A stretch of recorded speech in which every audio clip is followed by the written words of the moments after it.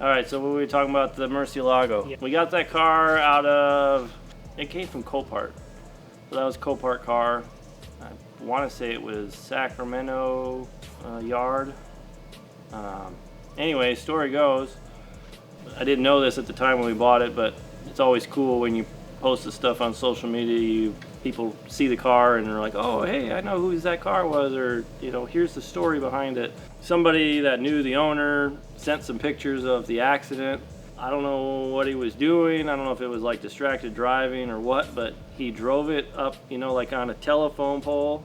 They have like the guide wires that like secure it to the ground. Well, he drove the car up one of those guide wires, so it was just like straight up the wire. It's like he was doing a wheelie. That almost sounds like a Mustang story. Something like that. I'm sure the firefighters, because there were firefighters in the picture, when they pulled up, they were probably just like, wow. Because I mean, I was curious when we first got the car, like it had an aftermarket Fab Speed exhaust on it, but the tips were scraped, but like they go up at an angle, and I'm like, how in the world do you scrape that? Like the car literally has to be like almost vertical doing a, you know, on its tail to get that.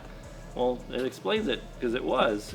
It was sitting at like 60 degrees. So anyways, you know, we got the car in.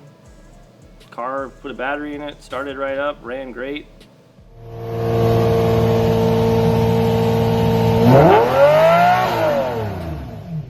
It'll take a little longer to sell some of the parts because they are so elusive that, you know, a lot of the people that have those are not just wrecking them left and right like a lot of these newer ones, but it's kind of one of those longer term investments. And someone needs a part for it, there's nobody else out there that has it. So we'll always be into some of those more specialized cars here and there. You know, even though it's more risk and you have to sit on it longer, it still gives us diversity to our customers for options that other people just won't have for them. So yeah, so we got the car, we started up, and then we ripped it apart.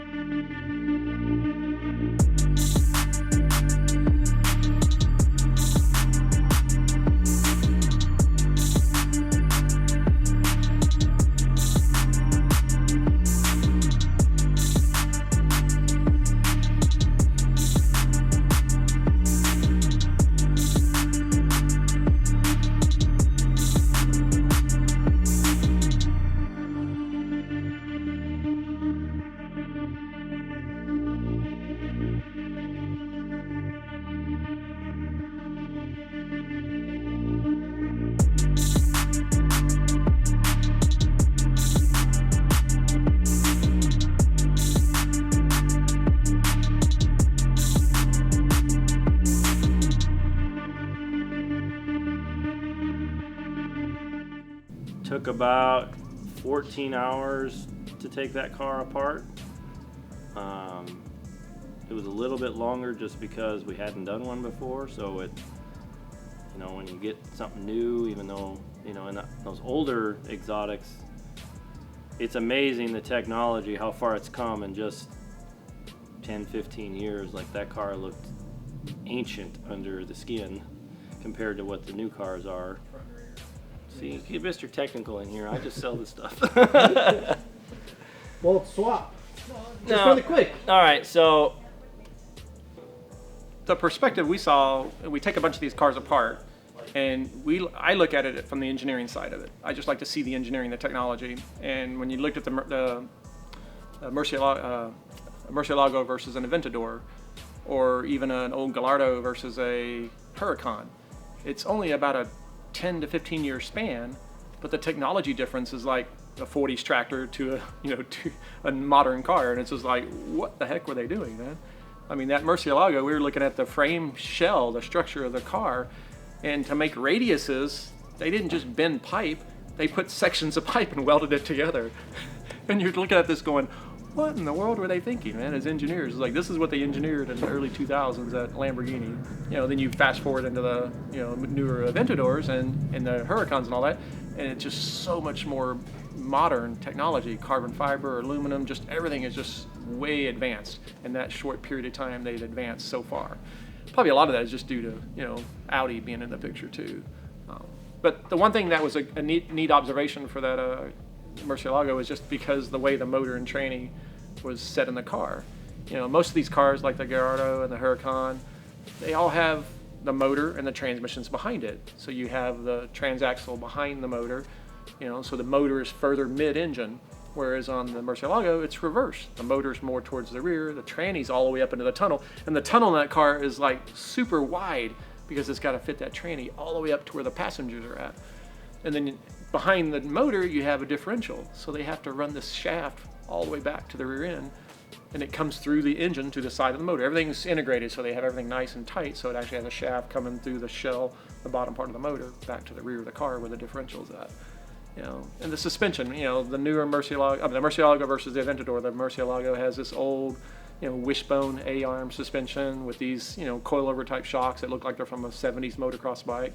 And then you get into like the Aventador, and it has a cantilever design, which is a much more modern design that has way more, way better characteristics on how that car can plant so well. It's a very wide car, but they made it to where that car can just handle like a dream, being as wide as it is. But like I say, it was just interesting seeing, and the guys, they comment about it too, just some of the things we see and how this car is just so, for a 2000s, early 2000 car, it just feels like it's a much older car because of what technology they put inside the car. So, and like we were talking about, the motor had 4 catalytic converters. Yeah, you actually have 4 sets of headers, so you have 3 cylinders per header, and it goes into a set of cats. And when you look at this thing, this big monstrosity, it's these big fat balloons sitting there on the side of the motor. They go all the way down the length of the motor, all the way to the back of the car. So they're huge. Yeah. Of course, they weren't fun to take off either because everything's so tight. So I can't imagine wanting to work on one of those cars either when the motor's in the car, because it's impossible to get to everything. But anyway, like Mark was saying, the sound, you get that older, the older model cars with the smaller displacement motors, just like the Gallardo versus the Huracan. You get a 5-liter motor versus a 5.2. They have a much higher tinny sound, so when they scream, when they rev, they just sound like they're screeching, almost like a Formula One car. And that's, I think, what the attraction is to me, is that they just sound like a Formula One car because they're cranking a lot of RPM and it's got a really high-pitched sound. Versus, a typical American muscle car, which has a big displacement motor and it has a much deeper, throaty sound, and they don't rev to $8,000 or $9,000 either. So, anyway, just one little tidbits about the car that we learn as we're going along. It was the first one we've done, so it was kind of neat just to learn as we're going and just see the differences and some of the nuances and some of the personality that this car had. So the engine on that is a 6.2 liter V12. That's basically like the original style Lamborghini engine. It's a very tight V. It has a very unique sound. It revs to 9,000 RPMs, and for the purest Lamborghini lovers, which I know several of them, nothing sound-wise compares. Even the new Aventadors don't sound as good as those because it's just a very unique sounding engine.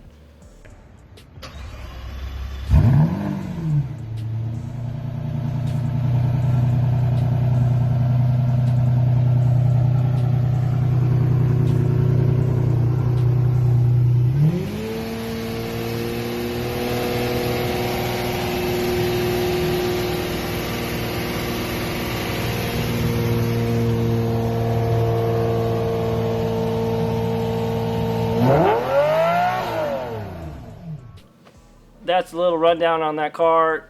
Hope you enjoyed the video of us taking it apart. And check out our eBay store.